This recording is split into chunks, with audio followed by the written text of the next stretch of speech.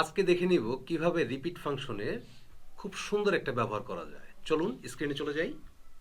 Hello viewers, অফিসে বস আপনাকে বলল এই নামগুলোর যে রেটিংস নাম্বার আছে সেই অনুযায়ী চেকমার্কস রেটিংস ক্রিয়েট করার জন্য। তাহলে কিভাবে করা যায়, চলুন এটা দেখে নিই।